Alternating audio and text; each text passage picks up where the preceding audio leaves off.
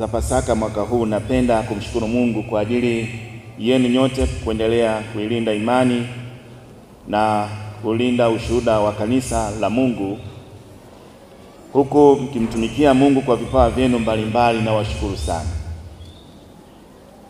Niwasihi tunaposherehekea Pasaka ya mwaka huu tufanyike ushuhuda kwa watu wote na kuendelea kumtumikia Mungu kwa uaminifu.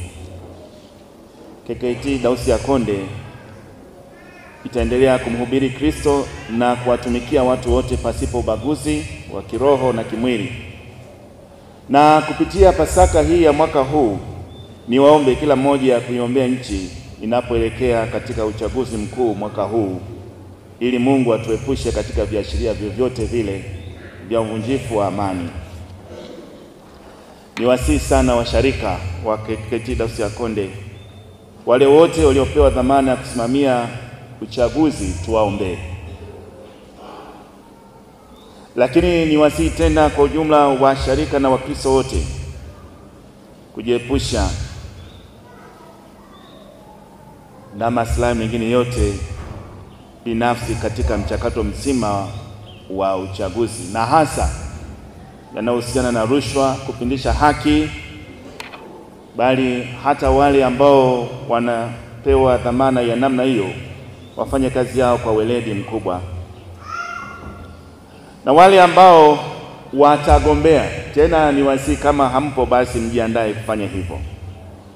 Kama Mungu amekutuma uchukue fomu ama kwenye nafasi ya udiwani au ubunge, unaona kabisa kwamba wewe una wito wa kutumika huko, nenda kachukue, si tukuombee. Na tutaendelea kuombea. Lengo kubwa ni kudumisha amani ya nchi, ili watu wote watambue kwamba uongozi haununuliwi bali unatoka kwa Mungu. Tukumbuke tuna haki ya kupiga kura na kuwachagua viongozi tunaowataka. Msiache kutumia nafasi hii muhimu kwa kumwomba Mungu, ili kwa neema yake na mapenzi yake atupatie viongozi waadilifu na wenye hofu ya Mungu.